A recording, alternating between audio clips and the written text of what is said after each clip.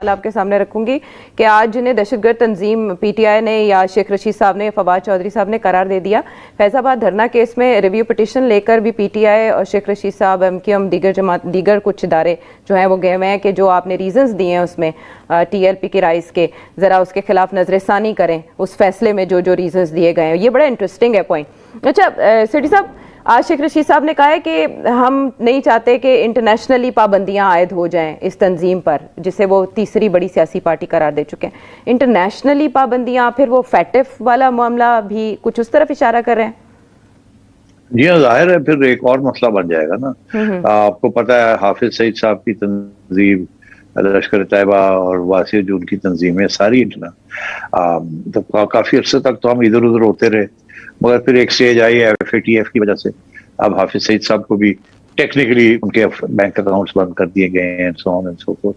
तो ये मजबूरी के तहत किया जा रहा है और ये करना पड़ गया है। इसी तरीके के साथ अगर ये लबैक के ऊपर इंटरनेशनली कोई रेजोल्यूशन आ जाता है तो फिर बड़ा मुश्किल हो जाएगा। इनको बाहर निकलने की भी इजाजत नहीं होगी, इनको तो फिर सारी वक्त ढक के रखना पड़ेगा, क्योंकि हुकूमत अभी चाहती नहीं है। बिकॉज इनमें और वो जो तंजीमें थी उनमें बहुत बड़ा फर्क है। वो पहले जो तंजीमें थी उनके वो दो किस्म की तंजीमें थी। एक तो वो जिहादी तंजीमें थी, TTP की मैं बात नहीं कर रहा, मैं कर रहा हूँ वो तंजीमें जिनका ताल्लुक कश्मीर के साथ था, वो अंदर उनको भी अब हमने ढकना पड़ा, बिकॉज इंटरनेशनल कम्युनिटी ने उन तंजीमें करार दे दिया UN के अंदर, अमेरिका ने भी। तो इसलिए वो फिर करना पड़ गया। अभी TLP का ये मामला वहां तक पहुंचा नहीं है, तो जाहिर है हुकूमत फिक्रमंद होगी कि अगर ये वहां तक पहुंच गया तो फिर हमें इनका भी करना पड़ेगा। मगर उनमें और इनमें ये फर्क है कि वो तंजीमें जो थी वो एक बैरूनी ऑब्जेक्टिव के लिए थी, वो कोई डोमेस्टिक पॉलिटिक्स के अंदर उनका कोई असर रसूख नहीं था, और ना ही वो बरक्स है। यहाँ तो ये तो रियासत, वो तंजीमें जो है इंडिया की रियासत की थी, ये जो तंजीम है ये तो अब तुली हुई है कि आपकी अपनी रियासत जो है करने के लिए, उसको तब्दील करने के लिए, और आज नहीं कल ये इनकलाबी बन सकती है जैसे तालिबान बन गए हैं वहां। इसलिए यहाँ ज्यादा खतरा है और यहाँ इसको ज्यादा तरीके के साथ इसको हैंडल। फवाद चौधरी साहब ने भी अपनी प्रेस कॉन्फ्रेंस में इशारा दिया कि अगर रियासत पाकिस्तान ने अलकायदा से निमट लिया तो TLP से भी वो निमट लेगी। उनका जारहाना अंदाज था सारी प्रेस कॉन्फ्रेंस के दौरान। कैबिनेट मीटिंग के बाद वो भी और शेख रशीद दोनों जारहाना अंदाज में सामने आए। तो इसमें हम मौलाना फजलुर रहमान को ही सुन रहे हैं। अभी तक इस सारी सिचुएशन पर उन्होंने ही तबसरा किया और उनका ये कहना है कि वो मुशावरत के बाद ही इस पर बात करते हैं। कोई भी मामला हो वो PDM के प्लेटफॉर्म से उसका इजहार करते हैं। और उन्होंने ये कहा कि अगर इमरान खान साहब खुद धरना देते हैं तो वो ठीक होता है, वो जायज़ होता है, लेकिन अगर नवाज शरीफ साहब के खिलाफ जब इमरान खान मुजाहरा कर रहे थे तो तब जायज़ था। अगर इमरान खान के खिलाफ कोई मुजाहरा हो जाता है, एहतजाज हो जाता है, वो नाजायज़ कैसे हो गया? इसको कानूनी तरीके से इस मामले को हल करें। सेठी साहब, हमने देखा माजी में जब भी मजहबी हवाले से सेंटिमेंट्स भड़के तो मौलाना साहब ये मजहबी जमातें तो आगे आई, लेकिन पीपल्स पार्टी ने उससे अवॉइड किया, और नून लीग ने तो हमने देखा कि कुर्बानियां भी इस पर दी हुई हैं। जब ख़त्म नबूवत का इशू उठा था जिस पर शेख रशीद साहब की हमें आज भी तकारीर याद हैं, जिनका आप हवाला भी दे रहे थे, हमले को कैसे हैंडल करना चाहिए आपके ख्याल में? यह मुश्किल सवाल है। उसकी वजह इस वक्त जो उनका रवैया है वो एक्चुअली TLP की तरफ इतना नहीं देख रहे हैं, वो देख रहे थे बाजवा साहब और इमरान खान साहब की तरफ। आइए कि ये TLP की जो बात है, TLP का जो मामला है, ये मेरा ख्याल है कोई भी नहीं चाहेगा कि TLP को ज्यादा ढील दी जाए, मगर जाहिर है मौलाना का अपना मौकफ थोड़ा सा फर्क होगा from Noon league and peoples party. Noon league और पीपल पार्टी तो बेसिकली चाहेंगी कि छोटी मोटी TLP की पिटाई हो जाए, मगर कहेंगे नहीं।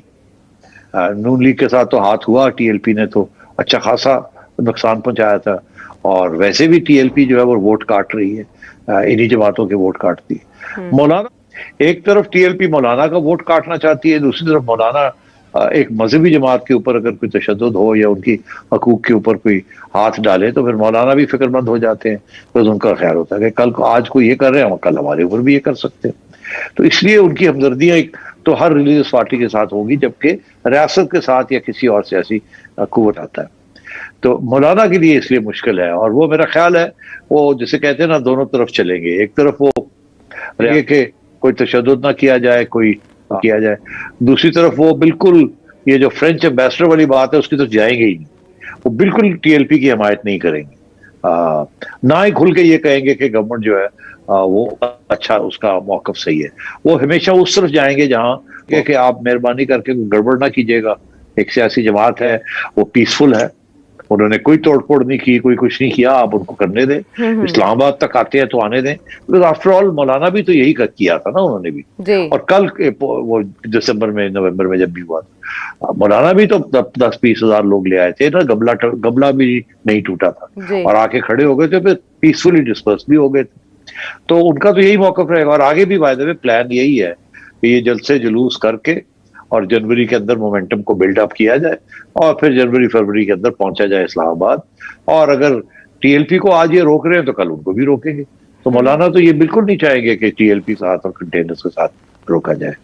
हाँ, लेकिन हुकूमत ने अवॉइड क्यों किया मामला पार्लियामेंट ले जाने से? सेठी साहब, इस तरह से अपोजिशन को मुश्किल में डाला जा सकता था। हाँ, इंटरेस्टिंग पॉइंट है, मगर गवर्नमेंट इस वक्त ऑपोजिशन का नहीं सोच रही। गवर्नमेंट ये सोच रही है कि अगर ये पार्लियामेंट के अंदर मामला लेके आते हैं तो गवर्नमेंट के अंदर अपने ऐसे लोग हैं जो कहेंगे कि टीएलपी का साथ देना चाहिए।